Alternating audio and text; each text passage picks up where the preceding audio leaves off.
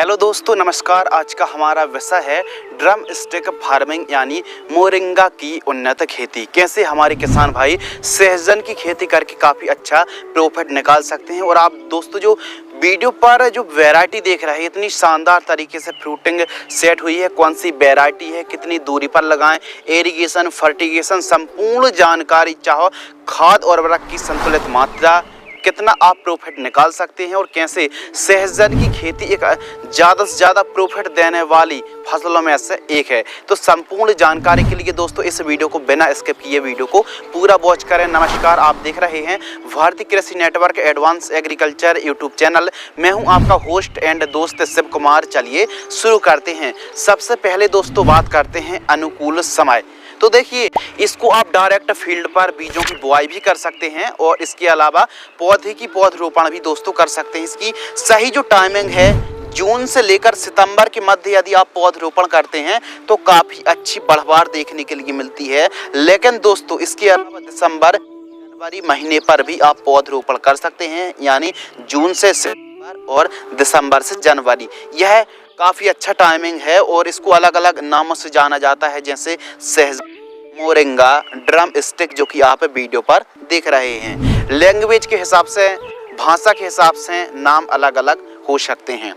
जलवायु और तापक्रम के ऊपर दोस्तों बात करते हैं तो मोरिंगा की जो खेती है दोस्तों, उष्णकटिबंधीय जलवायु का यह पौधा है और इसके लिए नम आर्द्र जलवायु की आवश्यकता पड़ती है। टेम्परेचर न्यूनतम 10 से 12 और अधिकतम 30 से 35 डिग्री सेल्सियस में काफ़ी अच्छे तरीके से पौधा बढ़वा लेता है। भूमि और खेत की तैयारी के ऊपर बात करें तो बंजर या फिर कम उपजाऊ भूमि या फिर कम सिंचाई के साधन है तो भी आप मोरिंगा का जो प्लांट्स है काफ़ी बेहतरीन तरीके से ग्रो हो जाता है।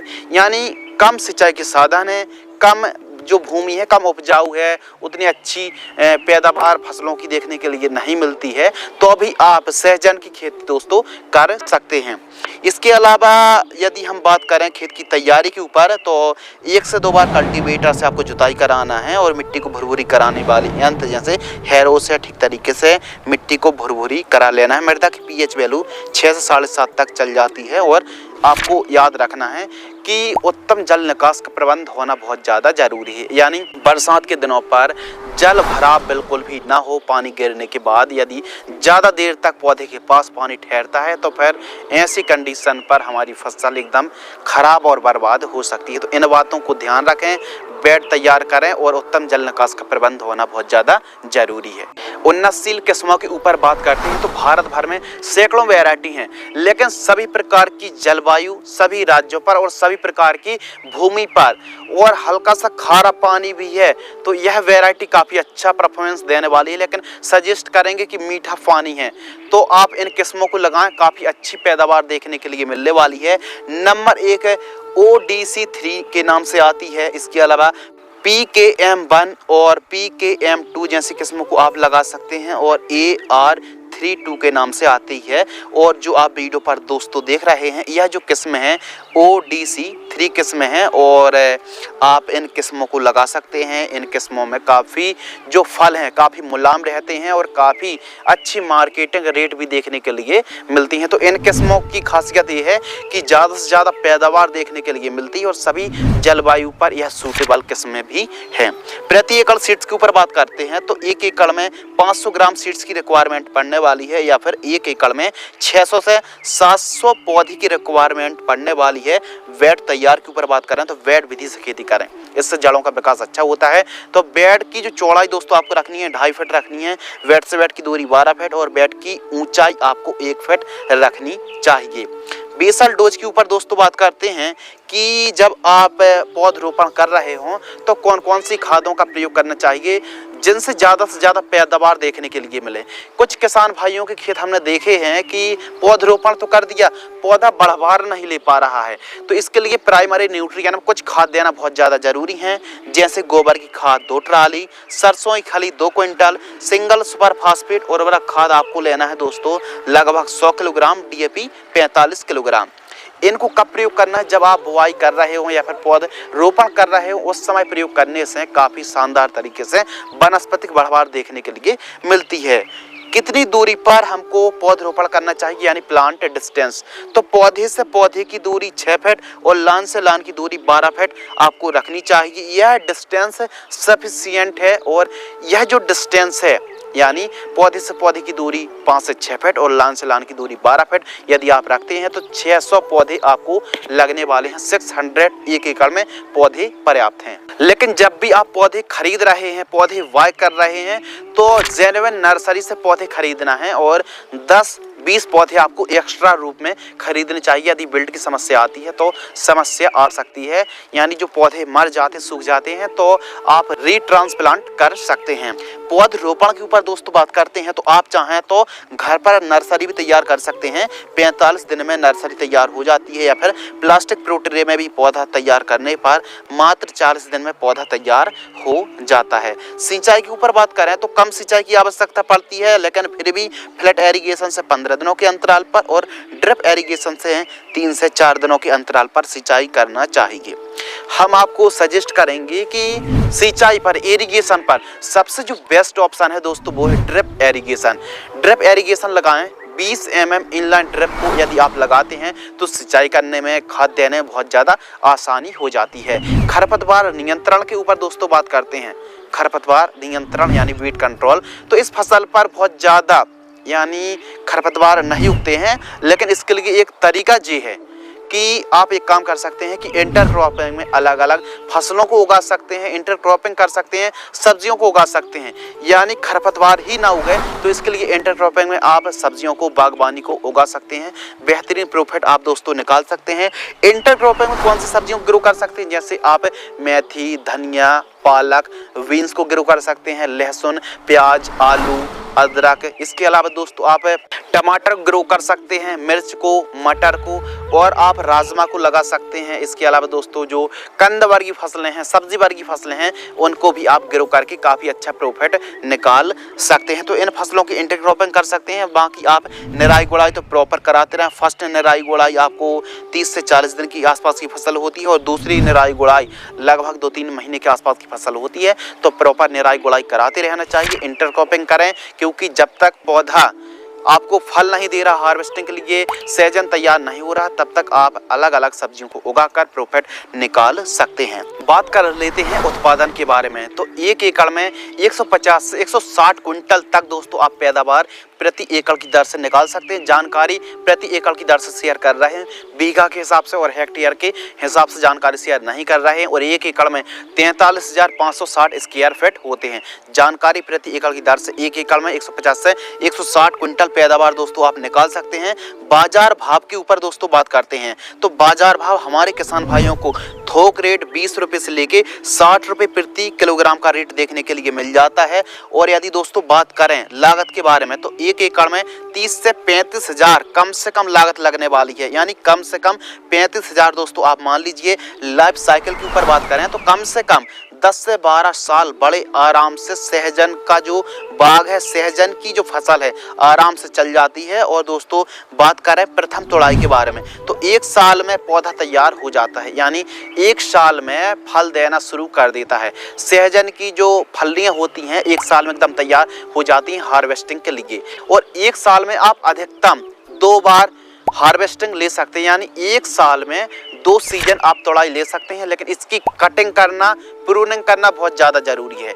यानी दोस्तों जैसे ही आपने हार्वेस्टिंग कर ली, पौधा जो होता है लगभग 1 से 2 फीट ऊंचाई से एकदम पूरा काट दीजिए और फिर नई शाखाएं, नई टहनियाँ, नई डालियाँ निकलेंगी दोस्तों, न्यू ब्रांचेस निकलेंगी, उनसे फिर फ्लावरिंग आएंगे, एकदम लीव्स आएंगे और उसके बाद फलियाँ लगेंगी। फिर उनकी हार्वेस्टिंग लेना है, फिर उसके बाद आपको हार्वेस्टिंग करने के बाद फिर कटाई कर देना है।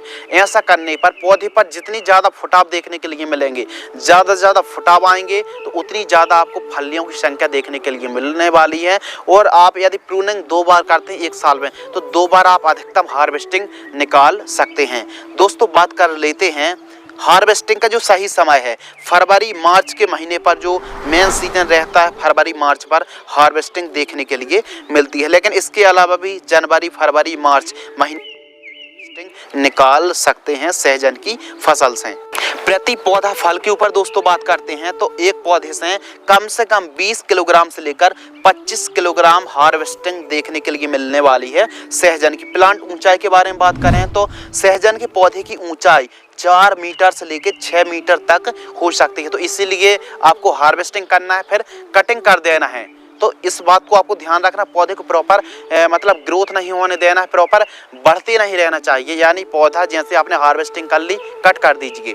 दोस्तों जब आप बीज से पौधे तैयार कर रहे हो तो उस समय एक बात का ध्यान आपको ये रखना है कि कार्बेंडाजिम 50% WP फंगिसाइड 5 ग्राम प्रति किलोग्राम सीड्स को यदि आप उपचार करते हैं तो काफ़ी अच्छे से पौधा की ग्रोथ है, पौधा जर्मिनेशन काफ़ी अच्छे तरीके से होने वाला है। और जब भी आप पौधरोपण कर रहे हो तो फील्ड पर पहले पर्याप्त मात्रा पर नमी हो, इस हिसाब से सिंचाई करना है। और 1 बाई 1 का गड्ढा खोद कर जो खाद हमने बतलाई है उन खाद को देकर पौधरोपण करें और ठीक तरीके से सिंचाई पर विशेष ध्यान रखें कब जब पौधरोपण आप कर रहे हो तब। इस हिसाब से दोस्तों आपको मेंटेनेंस करना चाहिए। बात करते हैं स्प्रे शेड्यूल के बारे में।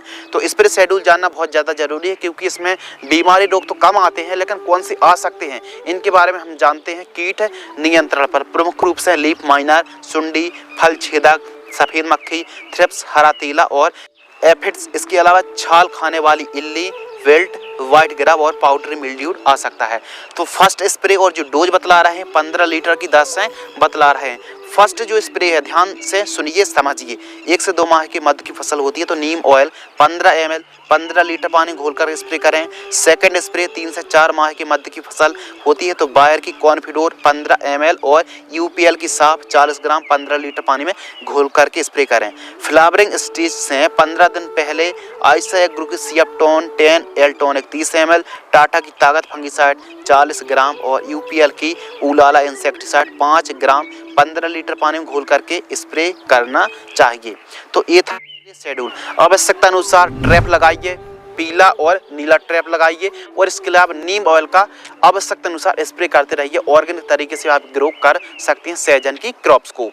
फर्टिगेशन शेड्यूल के ऊपर वार्तालाप करते हैं। यदि आप सहजन की खेती कर रहे हैं तो ऑर्गेनिक तरीके से भी ग्रो कर सकते हैं। ऑर्गेनिक के लिए गोबर की खाद है, जीवामृत है, ट्राइकोडर्मा है, गन्ने का गुड़ यानी जैगरी का भी आप इस्तेमाल कर सकते हैं। इसके अलावा आप तरह तरह के ऑर्गेनिक जो प्रोडक्ट्स आते हैं, चाहे ह्यूमिक एसिड हो या फिर केमेक्स सुपर हुमाइकोराइजा जैसे प्रोडक्ट्स का और वर्मी कंपोस्ट का गोबर खाद का इस्तेमाल करते हैं तो फिर बहुत अच्छे से आप चाहो NPK का जो बैक्टीरिया आता है इनका भी इस्तेमाल करते हैं तो फिर ये मान लीजिए ऑर्गेनिक तरीके से भी आप सहजन को निकाल सकते हैं। बाकी रासायनिक के लिए सबसे पहले जो फर्टिगेशन शेड्यूल है इसके लिए आपको एक काम करना है दोस्तों कि ड्रिंचिंग जरूर करें। जब पौधरोपण करें 2 ड्रिंचिंग करना बहुत ज़्यादा जरूरी है। फर्स्ट ड्रिंचिंग 30 दिन के आसपास की फसल होती है, ह्यूमिक एसिड 1 किलोग्राम, घुलनशील खाद NPK 19-19-19 1 किलोग्राम, इनको सबको मिक्स करना है 200 लीटर पानी में। प्रति पौधा 100 ml की दर से ड्रिंचिंग कर दीजिए। सेकेंड ड्रिंचिंग 45 दिन के आसपास की फसल होती है तो micronutrient fertilisers 1.5 kilogram, NPK 12-61-0 1 kilogram 200 litre पानी घोल करके जड़ों के पास ड्रिंचिंग करना है। यानी स्प्रे नहीं करना है। जो 200 लीटर घोल है वह डोज 1 एकड़ में जितने पौधे लगाएं उन पौधों को जड़ों के पास यदि ड्रिंचिंग करेंगे तो जो जड़ों का विकास है वो इतनी शानदार तरीके से होगा कि पौधा एकदम ग्रीननेस हरा भरा देखने के लिए मिलेगा। और हाँ, सहजन की फसल पर अक्सर किसानों के कमेंट्स आते हैं कि क्या इस फसल पर हम मल्चिंग पेपर लगाएं या फिर नहीं। कोई भी ज़रूरत नहीं है, लेकिन हाँ ड्रिप आप लगा सकते हैं और वेड विधि से खेती करें। मल्चिंग पेपर लगाने की ज़रूरत नहीं है।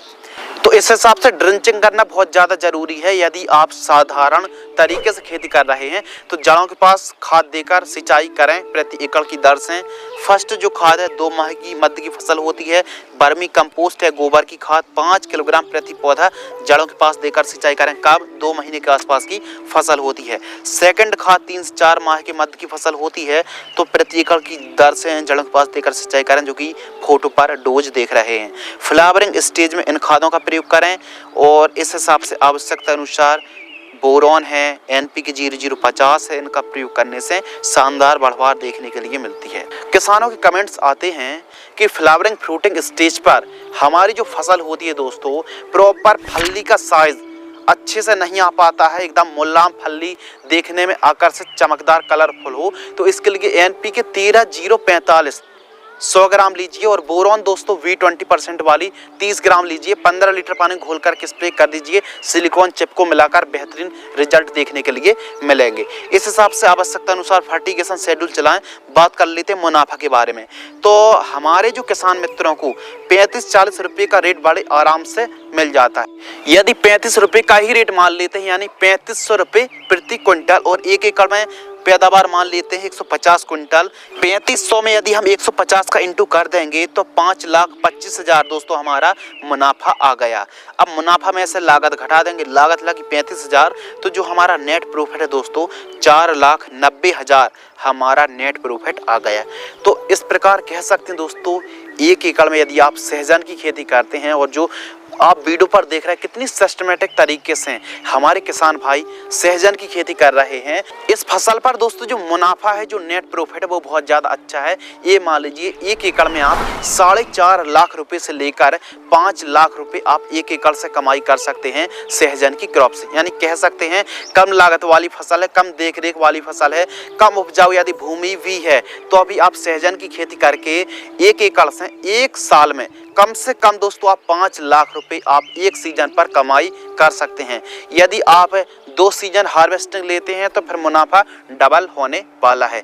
उम्मीद करते हैं दोस्तों हमारे किसान मित्रों को काफ़ी कुछ इस वीडियो से देखने के लिए, सीखने के लिए, समझने के लिए कुछ जरूर मिला होगा। फिर भी आपके मन में कोई सवाल सुझाव रह जाते हैं, कोई ऐसे टॉपिक्स है तो उसके बारे में कमेंट सेक्शन खाली पड़ा हुआ है। कमेंट सेक्शन में अपने सवाल और सुझाव लिख के भेज सकते हैं। मिलते हैं इसी प्रकार कृषि कार्य से जुड़ी, बागवानी से जुड़ी एक और नई नॉलेजेबल ज्ञानवर्धक जानकारी के साथ। तब तक के लिए धन्यवाद। नमस्कार, जय हिंद, वंदे मातरम।